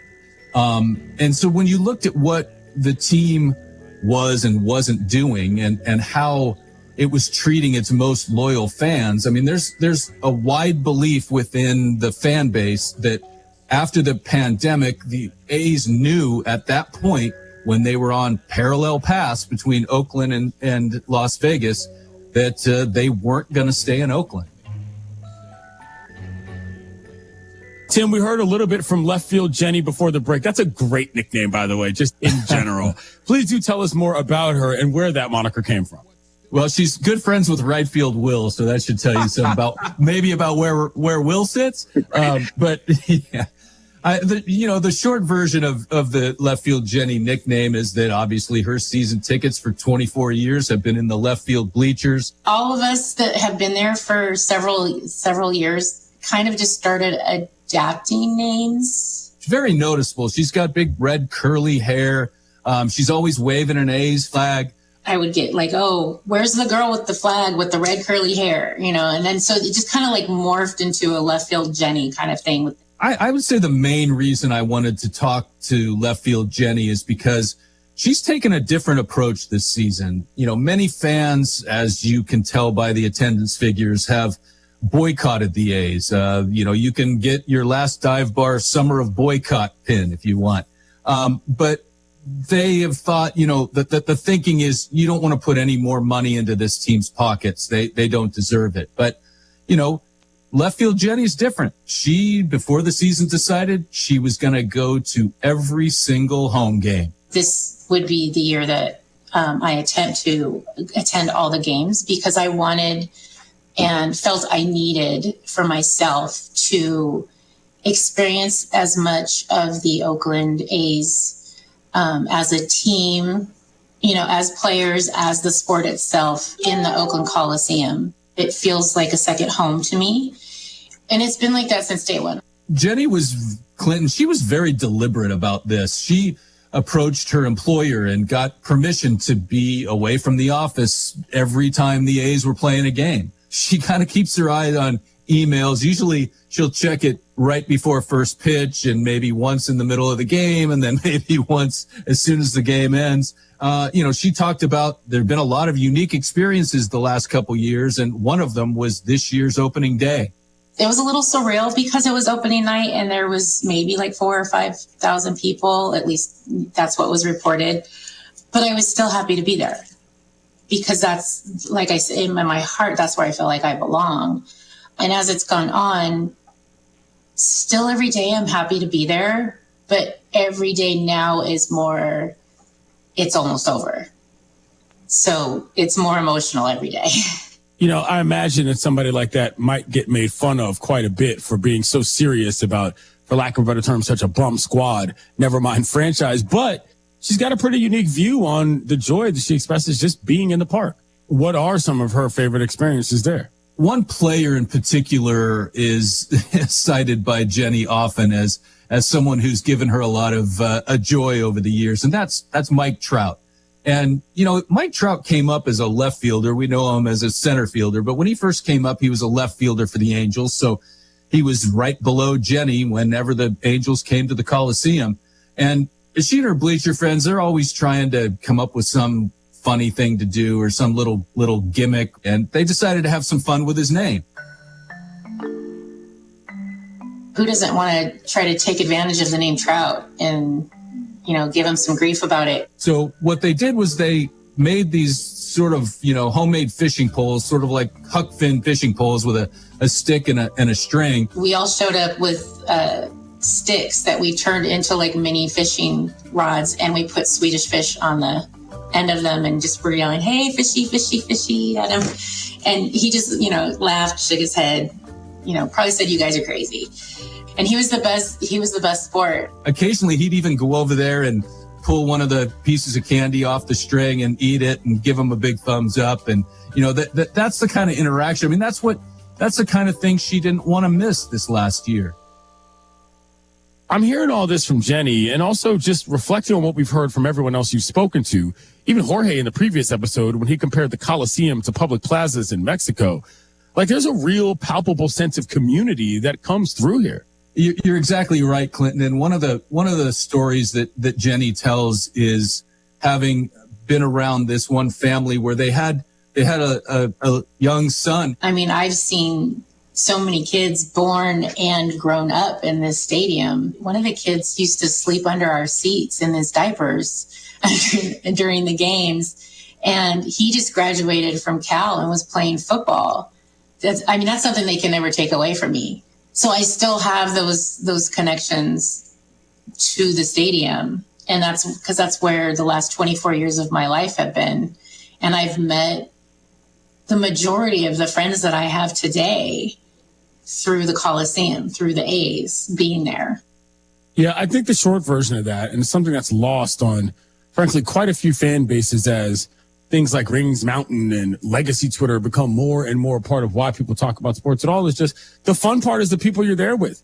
This isn't that hard when the people are actually cool. Exactly. And I enjoy going out to the bleachers at the Coliseum. It's fun. I'm not sitting in the press box. I'm going to go out and sit with those guys.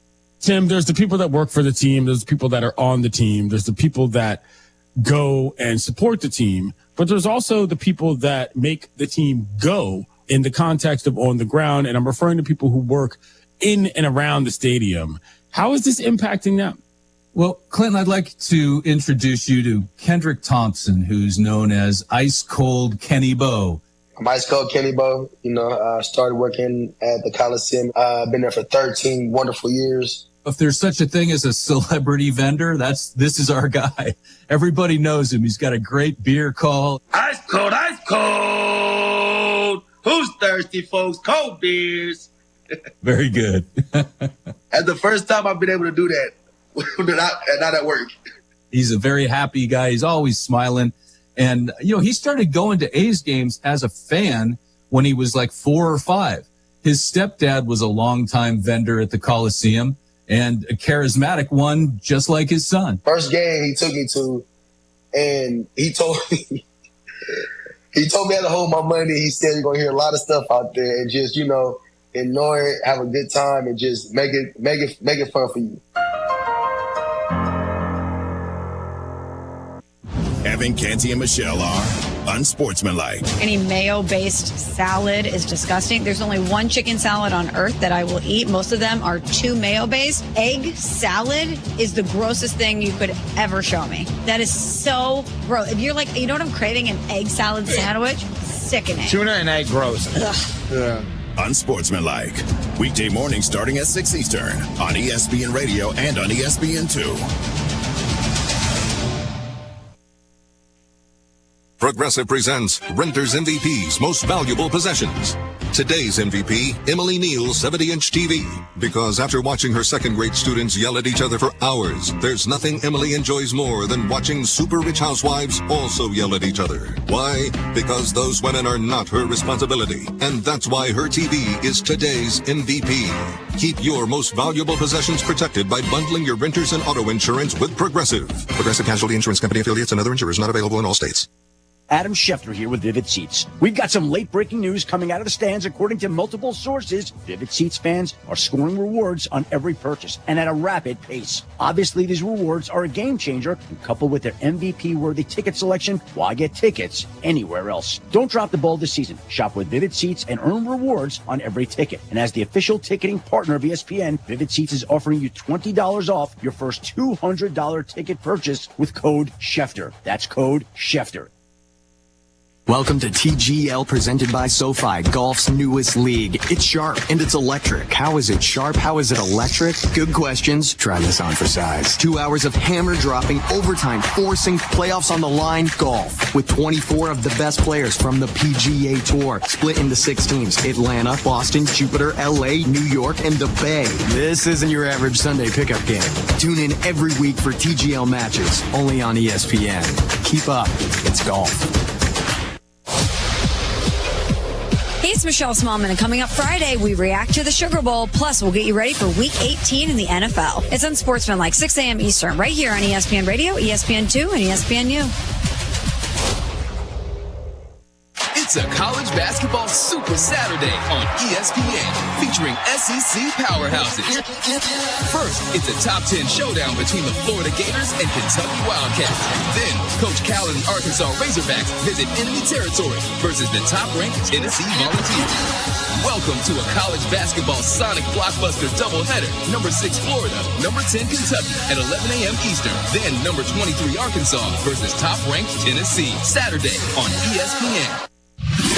Hi, it's Reese Davis on the latest episode of the College Game Day podcast. Pete Thamel and I got together for a quick chat after the Rose Bowl and a remarkable performance by Ohio State. Are there any in recent history that eclipse what the Buckeyes were able to do to previously unbeaten Oregon? Also, a quick look back at Texas' Great Escape and also some thoughts on the tragedy in New Orleans that caused the Sugar Bowl to be delayed by 1 day. College Game Day podcast latest episode is available to you. I'm Michelle Steele, hosting ESPN Daily today. Every weekday morning, we bring you the best sports story you'll hear all day. Today on ESPN Daily, ESPN's best and brightest tell us what they're looking forward to covering in 2025 and what we, as fans, are psyched to watch. So David Dennis Jr. and I take us through it all. No conflicts of interest, we promise. That's ESPN Daily. Follow us and listen wherever you get good podcasts. I'm telling you, the ACC is special. For all the traditions and new additions. Cooper flying high. For all the iconic. Watch Mr. Carter. Watch the explosion. And electric. Hits another. Oh, my goodness. Come for it all. ACC Men's College Basketball. All season long on ACCN. You have cancer. There's nothing you can do to prepare yourself. Round 1 of chemotherapy. I'm going to fight it. I'm going to survive. There's no way I'm going to let this take over me. Cancer doesn't care what you look like, who you are. It may not save my life. It may save my children's lives. It may save someone you love.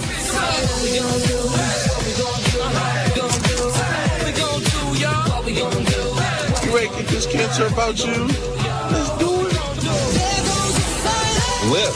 Fight like hell. And when you get too tired to fight, let somebody else fight for you.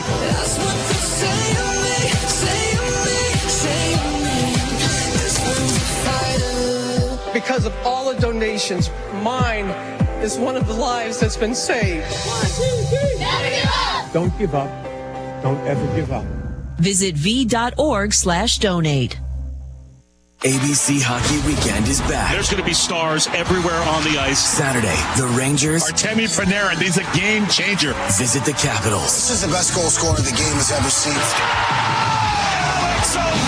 Then, Sunday, the Blue Shirts conclude their road trip in Chicago. That's hockey. ABC Hockey Weekend presented by Expedia. Rangers Capitals Saturday at noon Eastern. Then Rangers Blackhawks Sunday at 3 Eastern on ABC and ESPN+. Amber and Ian. Gamers, not attractive. When I think of guys that sit around playing video games, not to offend anybody, but there's no way to do this without offending people, right? But I associate it with, like, you're going to be lazy, you're going to be unhealthy, and you're not going to pay any attention to me. Yeah. So why am I signing up for this? What is the attractiveness about guys who spend all of their time and attention on video games? Amber and Ian, weeknights at 7 Eastern on ESPN Radio.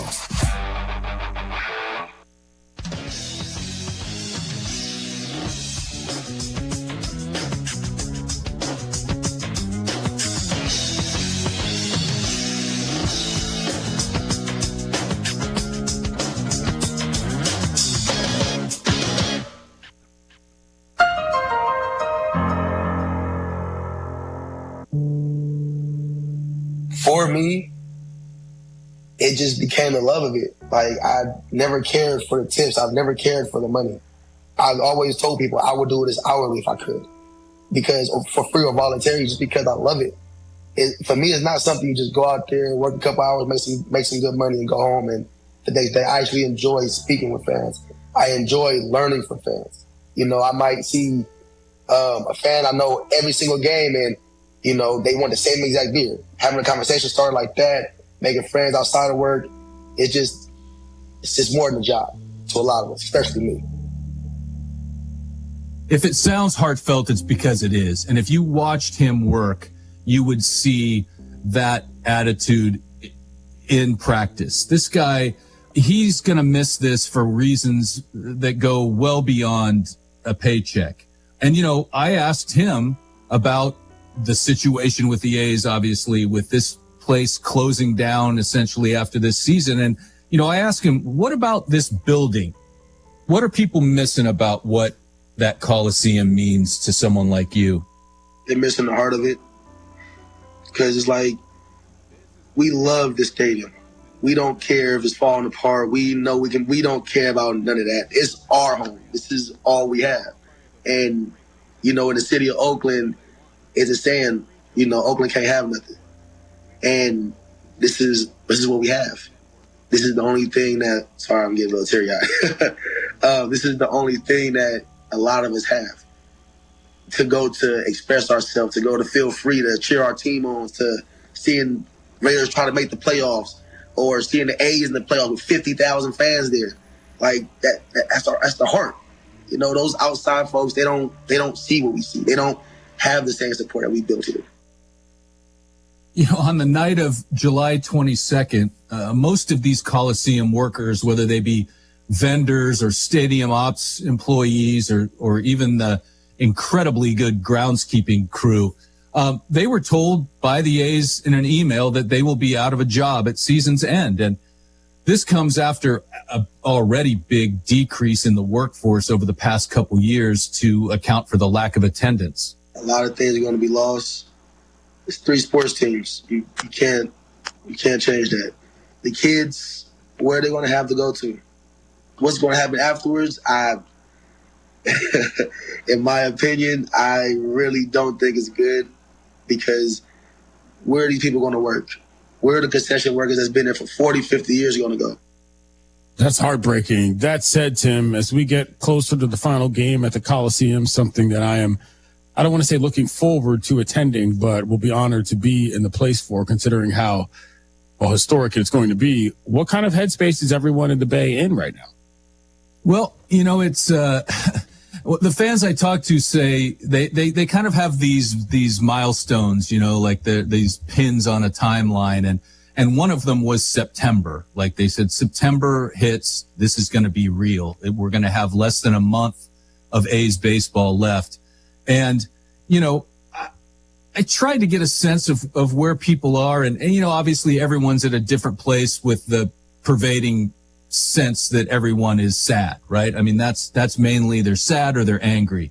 You know, when the team announced that it was moving temporarily to West Sacramento, or Sacramento, it's actually in West Sacramento, but they, you know, I was there at their press conference, and I talked to Dave Kaval afterward, and he said to me, the rest of this season is going to be dedicated to celebrating the team's 56 years in Oakland.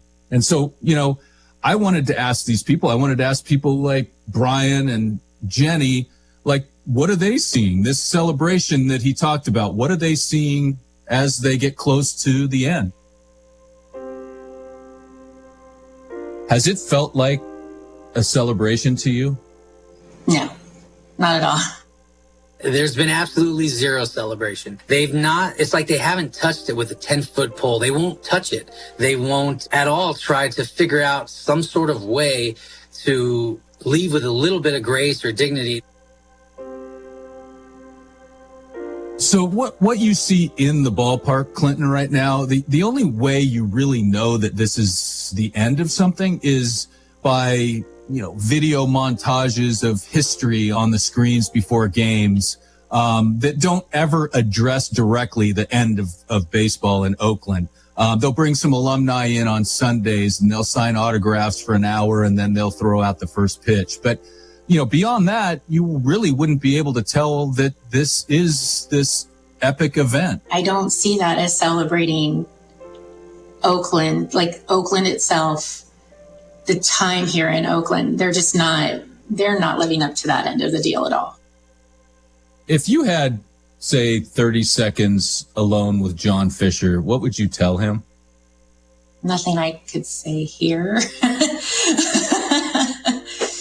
Like, this has been our lives and you're pulling it out from under us. So we just want an explanation why you couldn't make it work, why you couldn't stick with that plan when everything was kind of finally coming together.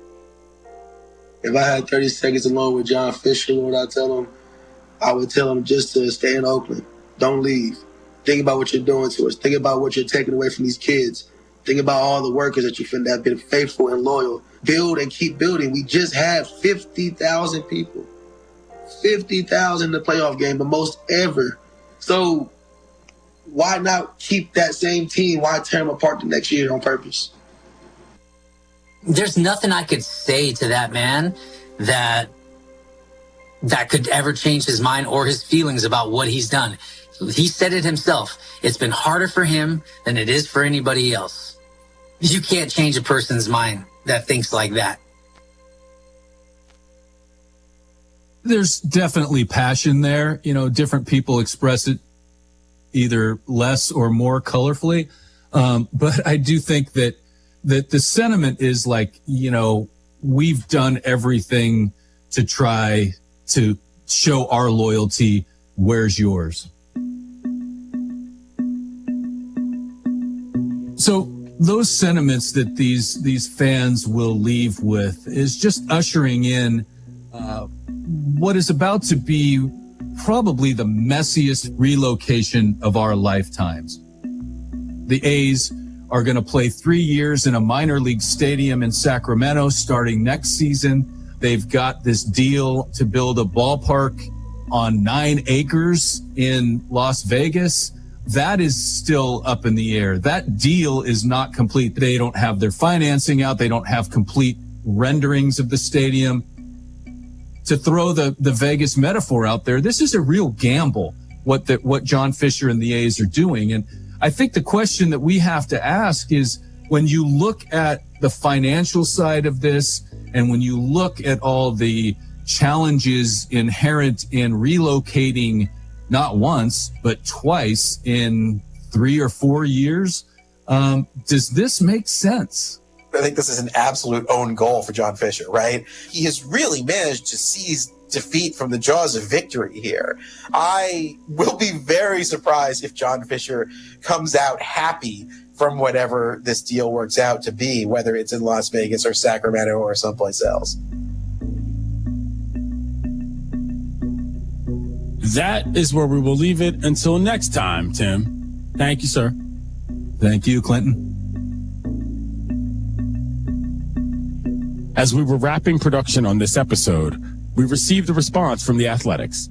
When asked what the team owes Oakland and its fans, they said in part, quote, "We are deeply grateful to Oakland for being home to the A's for nearly 60 years, end quote.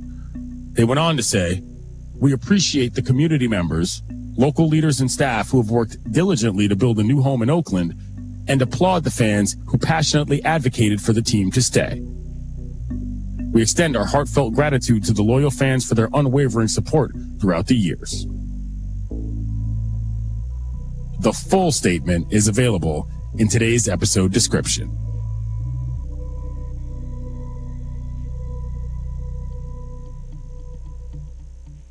Death of a Sports Town Part 4, which examines whether this move will actually benefit the A's, will publish in this feed next Tuesday, followed a week later by our on-the-ground report. We're hitting the road, folks, from Oakland's final Major League Baseball game. And if you need to find parts 1 and 2, we've posted links in today's episode description. I'm Clinton Yates. This has been ESPN Daily. We'll talk to you tomorrow, kiddos.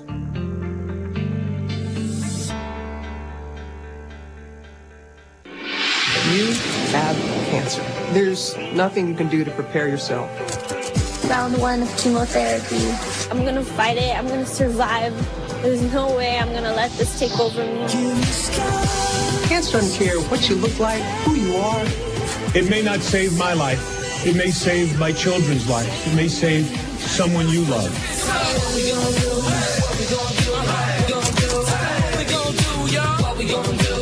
You ready to get this cancer about you? Let's do it. Live.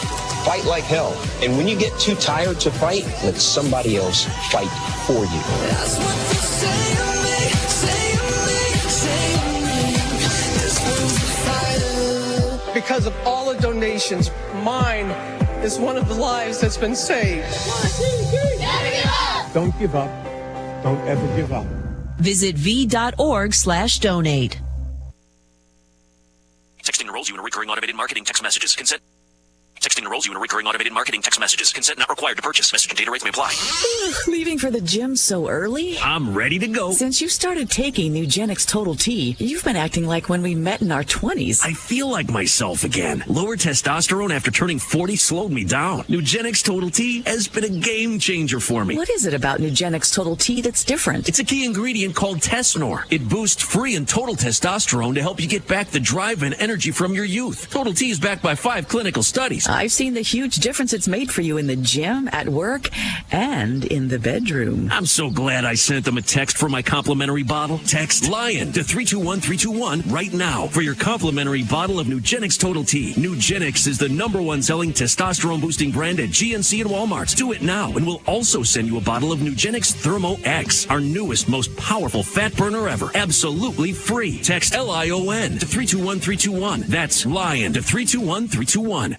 Did you know that routine maintenance on your furnace helps improve air quality in your home? Along with making sure your furnace is operating at maximum efficiency, Dogtown Heating, Air, and Plumbing wants to make sure your home is as comfortable as possible. Voted People's Choice #1 HVAC and plumbing company for the 3rd time in 4 years, let the expert team make sure you'll be warm all winter long. Call 217-841-4728 or visit dogtownheatingandair.com. Book your appointment today. Dogtown Heating, Air, and Plumbing, your home's best friend. Thank you for choosing 2 Men in a Truck. How may I help you? Hi, I have a strange question. I'm moving my business. Can we stay open while we're moving? That's not strange at all. With over 10 million moves completed, we understand that moving your business can be a daunting task. We offer a range of services that help keep your business running during the relocation process. We can help you pack, move, and unpack so you can focus on what matters most, your business. Not sure how your move is going to work? Go to 2meninatruck.com for your free estimate. Sarah Champagne Managing Partner Ben Quattrone on why integrity is important at Sarah. We hire the person. The person makes the deal. The person makes the department. The person makes everyone around them treat people with courtesy and respect. If you have a quality human being, you can play any position, right? We're talking about sports. They can perform in any department, and I could teach someone a job, but I can't teach them to be a good person. Learn more at sarahchampagne.com. That's SERRA champagne.com. You're listening to WSJK ESPN 93.5 Tuscola, Champaign-Urbana, your home for the St. Louis Cardinals. Records, but to think that we have an all-time season on the line. We have an all-time theater moment with